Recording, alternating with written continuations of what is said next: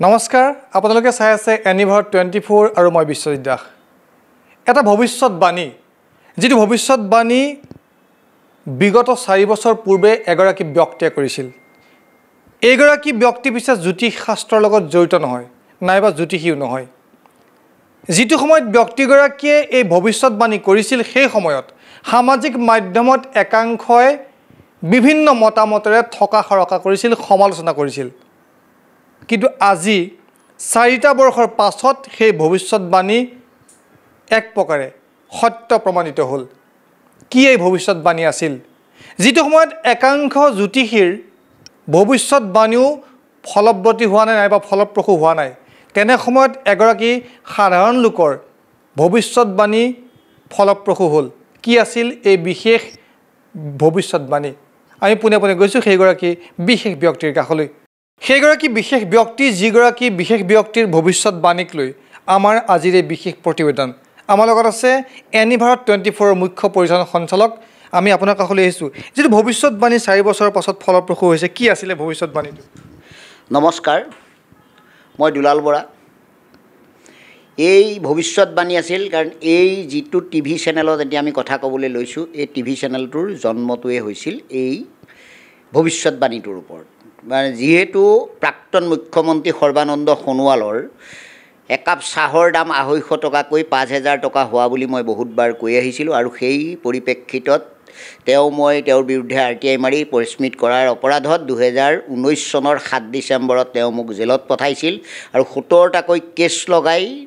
মোক মানে অসমৰ বিভিন্ন জেলত ৰখা হৈছিল আৰু পৰৱৰ্তী সময়ত মই 2 মেত গুৱাহাটী কেন্দ্ৰীয় কাৰাগাৰৰ পৰা ওলাই আহিছিলোঁ আৰু ওলাই আহি আজি 13 মে 2020 চনৰ 13 মে তাৰিখে মই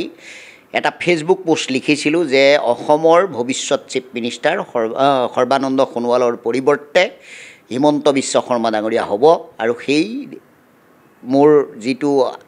অনুমান আছিল বা মোৰ যিটো ভৱিষ্যতবাণী আছিল সেই ভৱিষ্যতবাণী 2021 চনৰ 10 মেতেই কাৰ্যকৰী হৈছিল আজি সেই মই ফেচবুক পোষ্টটো দিয়াৰ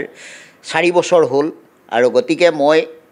এই কথাটো এই কাৰণে কৈছিলোঁ মই কোনো জ্যোতিষী নহয় কিন্তু মই কৰ্মৰ ওপৰত নিৰ্ভৰ কৰি পেলাই কৈছিলোঁ কাৰণ সৰ্বানন্দ সোণোৱালৰ যি কৰ্মৰাজি আছিল সেই কৰ্মৰাজি সঁচাকৈ ঘৃণনীয় আছিল গতিকে তেওঁ যি কৰ্মৰাজি কৰিছিল তাৰ ফল তেওঁ পালে আৰু সেই পৰিপ্ৰেক্ষিততে মই এই ভৱিষ্যতবাণীটো কৈছিলোঁ 2020 চনৰ 13 মে তাৰিখে আৰু 2021 চনৰ 10 মে তাৰিখে মানে সৰ্বানন্দ সোণোৱালৰ পৰিৱৰ্তে হিমন্ত বিশ্ব শৰ্মা ডাঙৰীয়া অসমৰ মুখ্যমন্ত্ৰী হৈছিল আৰু আজি তেওঁৰ চৰকাৰৰ 3 বছৰ সম্পূৰ্ণ কৰি 4 বছৰত ভৰি দিলে মানে 4 বছৰ আৰম্ভ হৈছে আৰু সেই ভৱিষ্যতবাণীটো আজি মই হঠাতে ফেচবুকত দেখিলোঁ আৰু দেখাৰ কাৰণে মই অন্ততঃ নিজকে বৰ সুখী অনুভৱ কৰিছোঁ যে মই যেহেতু এটা ভৱিষ্যতবাণী কৈছিলোঁ এটা মই কোনো জ্যোতিষী নহয় পুনৰবাৰ কৈছোঁ কিন্তু মই কৰ্মৰ ওপৰত নিৰ্ভৰ কৰি পেলাই সেই কথাটো কৈছিলোঁ আৰু আজি মই যথেষ্ট ভাল লাগিছে কাৰণ মই বৰ সুখী যেহেতু মোৰ ভৱিষ্যতবাণীটো ফলিয়ালে ধন্যবাদ ক্ষমতাৰ দুৰ্প্ৰয়োগ কৰিছিল নেকি সৰ্বানন্দ সোণোৱালে নিশ্চিতভাৱে কৰিছিল কাৰণ কথা হ'ল কি সঁচা কথাৰ শুনিবলৈ বৰ তিতা আৰু মই তেওঁৰ বিৰুদ্ধে RTI মাৰিছিলোঁ মই কোনো চোৰ বা ডকাইত নাছিলোঁ তেওঁ কিন্তু মোক টেৰৰিষ্ট সজালে মানে অৰ্থাৎ এক্সটৰ্চন কৰা বুলি ক'লে তেওঁৰ ওপৰত আৰু ময়ো সুখী যে যিহেতু মই এজন মুখ্যমন্ত্ৰীৰ ওপৰত এক্সটৰ্চন চলাব পাৰিছোঁ বা তেওঁৰ সাংগপাংগবিলাকৰ ওপৰত যদি এক্সটৰ্চন চলাব পাৰিছোঁ তেতিয়াহ'লে কাৰণ মোৰ কলমৰ মানে মূল্য বহুত বেছি বুলি মই ভাবিলোঁ কাৰণ যিহেতু তেওঁলোকে মোৰ সৰহখিনি কেছতেই লিখিছিল যে এক্সটৰ্চন চলাইছে এক্সটৰ্চন কিন্তু তেওঁলোকে কোনো ধৰণৰ এক্সটৰ্চনৰ প্ৰমাণ দিব নোৱাৰিলে যে তেওঁলোকৰ বিৰুদ্ধে মই কিবা লিখোঁ গতিকে তেওঁলোকে কিন্তু প্ৰতিবাৰে তেওঁলোকে কলমৰ এক্সটৰ্চনৰ কথাহে লিখিছে তাত কোনো আৰ্মছ বা অন্যান্য ৱেপনৰ কথা লিখা হোৱা নাই অনলি মানে কলমৰ কথা কৈছিল গতিকে মই আজি জেললৈ গ'লোঁ 17টা কেছ লগালে তেওঁ মোৰ 3টাকৈ বিল্ডিং ভাঙিলে কিন্তু তথাপিও মই অসমবাসী ৰাইজৰ ওচৰত কওঁ যে যিহেতু মই সুখী এইকাৰণে সুখী যে মোৰ কলমৰ মানে জোৰত আজি অন্ততঃ হিমন্ত বিশ্ব শৰ্মা মুখ্যমন্ত্ৰী হ'ল আৰু আজি সেই দিনটো আহিল আৰু অহাৰ ফলত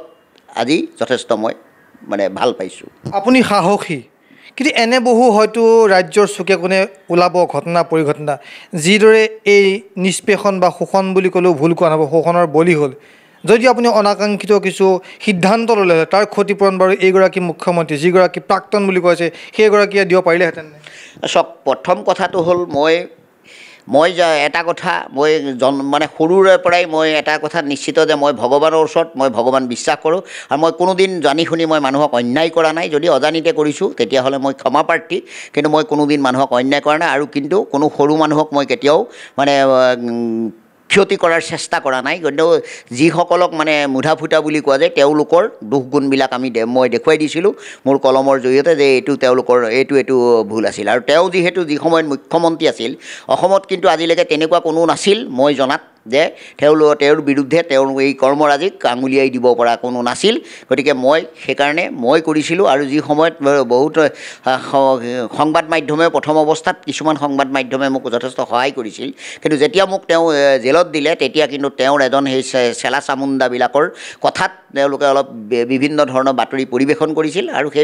সেই পৰিপ্ৰেক্ষিততে আজি মই আমাৰ যিটো এনিভাৰত 24 চেনেল জন্ম হ'ল। গতিকে মই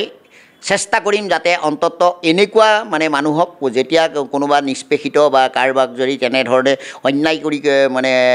প্ৰশাসনৰ কোনো বিষয়ববীয়াই কিবা কৰিছে তেতিয়াহ'লে তেওঁলোকৰ বিপক্ষে মানে গৈ অন্তত স্থিতি ল'বৰ কাৰণে মই আমাৰ যি এনিভাৰত 24ৰ সকলো মানে ৰিপৰ্টাৰক বা কৰ্মচাৰীক অনুৰোধ জনাম যে তেওঁলোকে অন্তত মানে মানুহৰ সত্যটো প্ৰতিষ্ঠা কৰক, সদায় যাতে মানুহ নিশ্চিতভাৱে মানে সুখে শান্তিৰে জীয়াই থাকিব পাৰে। নিশ্চয়কৈ আমিও প্ৰাক্তন মুখ্যমন্ত্ৰীগৰাকীক মুকলি পত্ৰ আহ্বান জনাইছোঁ। আছেনে আপোনাৰ হাতত ইয়াৰ কিবা উত্তৰ? হয়তো